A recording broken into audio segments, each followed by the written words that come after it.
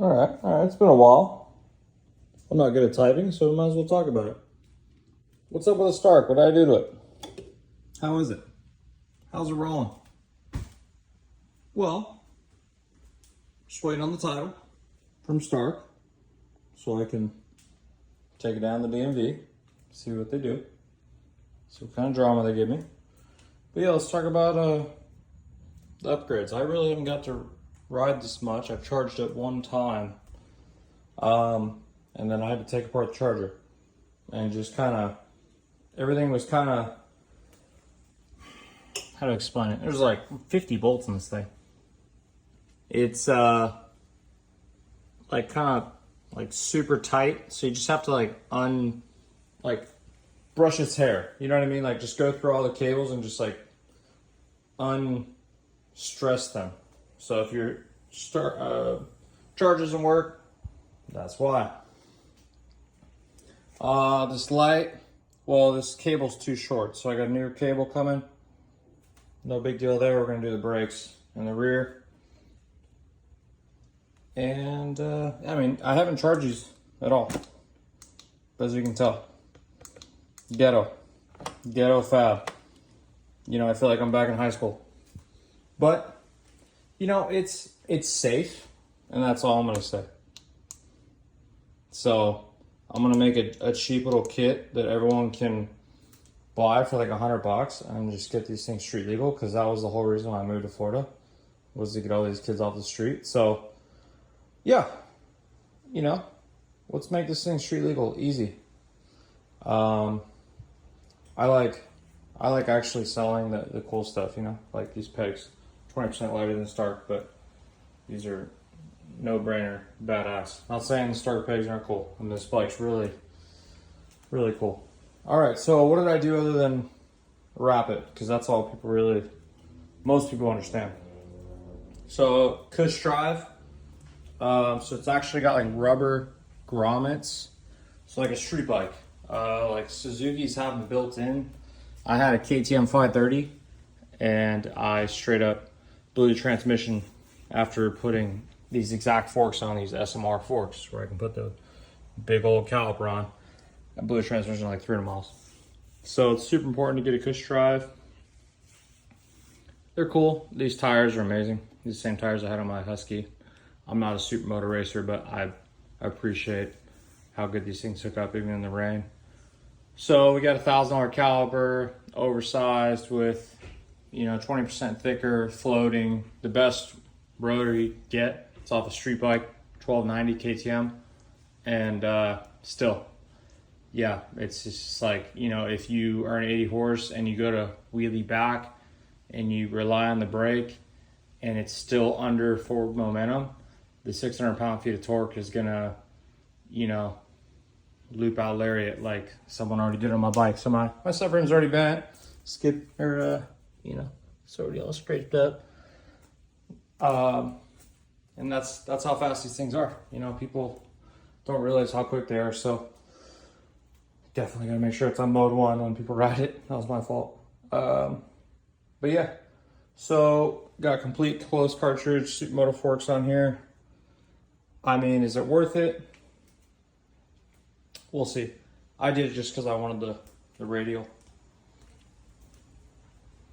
I want to put the really cool brakes on there. So, yeah, so these masters, I mean, you can do a more integrated master. Not a problem. You don't have to do all this crazy stuff. Carbon fiber bars. These are cool. Working on a full titanium bolt kit. It's a little bit of a challenge, but it's fun. I don't know about this. Has anyone stripped out their bolt right here? I'm not sure if I like that. I might have to come up with something better, because for some reason it's just like, I feel like once it gets dirty, it's going to be a challenge. So not that you replace your pegs all the time, but I don't know. I'm not sure how I feel about it. I'm not saying it's bad or good. It's just, I'm not sure. All right, what else did I do this thing? I left the stock chains. The stock chains are badass. And then these zirconium sprockets are just amazing. And then I run our titanium bolts, but I just Loctite them, torque the shit out of them. And then with this chain and this sprocket, you shouldn't have to ever touch it, which is the deal. And then if you ever want to change gearing, just change the front sprocket, which I wire tie and make a wire tie mod for that too. We put a titanium bolt in there. You know, people are like, oh, you don't need to do that. Well, Kobe Raha does it. So Factory Services, KTM does it. Well, it's the same exact sprocket and design. So yeah, you should do it. You'd have to buy it from me. No, Moto stuff sells the same sprocket bolt, just not PVD coated for like 15 bucks. So go buy there. Okay, so we're gonna do the dual rear brake caliper bracket. I'm gonna take off this caliper and just run the bracket just with a handbrake. So I'll have no rear caliper foot brake, but that doesn't mean it can't be put back on. And yeah, I'm trying to think what else.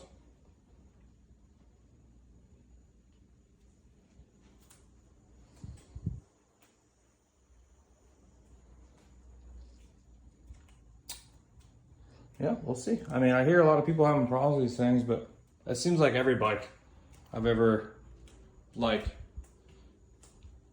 I'm just going to say it one more time. I part out 5,000 bikes. So, personally, probably 2,500, you know, 2 a day for a long time. So you hear all this like, you know, all this bike's unreliable, this is that. I haven't really seen anything. Obviously, only ridden this thing like 30 minutes. But like, you know, people are hating on the tubes, but then people are doing double backflips on the tubes and stock suspension, stock wheels. So I think they're pretty built to like win. Like, this is a dial bike, guys. Like, I think they're dropping the price. I mean, I got this thing for, I think, 5% interest or 6% interest, 0 down, 4 years, like 300 bucks a month or whatever. Just because, you know, if it's on the back of my truck, I got insurance on it, someone steals it, they're doing me a favor, I'll build another one. You know, I'll do it better. So, yeah, this is really a great bike. I'm all about it. Probably do some kind of cool seat cover. Yeah, do some cool graphics. But yeah, I'm a fan of it. Can't wait to go live somewhere where I can actually ride it. My friend Diego did some burnouts down the street and almost got it repoed, so I haven't been riding it for that reason. So I bought a Gas 300 two-stroke and been learning how to ride again after a little accident. But yeah, it's good. Android phone. I don't know. I'm going to use it as a speedometer, so that's cool. Hopefully it doesn't ask me to update every 5 minutes. I do feel like it slowed down after I had to update. I didn't want to update. It's just Android was like really needy, you know? It's like, I don't know. So I wonder, you know, what's the deal? Maybe they're just trying to get more life out of these batteries, which is understandable. Most people do not need what this thing could push. I mean, I've never ridden a bike where I was like, huh, this is actually probably too fast, but it made it fun. You know, it's like how, like that guy on YouTube, he's like, Art is Fast. He's got like 2,000 horsepower Vipers and all that. He's like, this motivates me to make money. Yeah, I mean, this kind of like motivated me to get back into the sport. So I do thank this bike for helping me actually want to do this again. So moving to Chattanooga, so that should be fun. All my whole family's out there. Get the whole family involved with helping out the business since we're doing so well, and you know, better customer service, better shipping, all that fun stuff, and have more balanced life. Yeah, it's gonna be exciting times. It's a good time to have a dirt bike, work on it, enjoy it, because you never know when that might be the only way to get around, because things happen. So definitely good to have your dirt bike dialed, and whatever it is, it could be a freaking 20-year-old XR, it could be a brand new DRZ, it could be a Stark Varg. They're all freedom. You know, you got no moonroof on, you can see everything around you, and these people in their $1 million cars, you know, they're all just enclosed. You go for a ride on a bike, it's freedom. So money is not the key, obviously. And you know, $3 a day, finance a DRZ 400, or $10 a day for a Stark, I'd recommend it.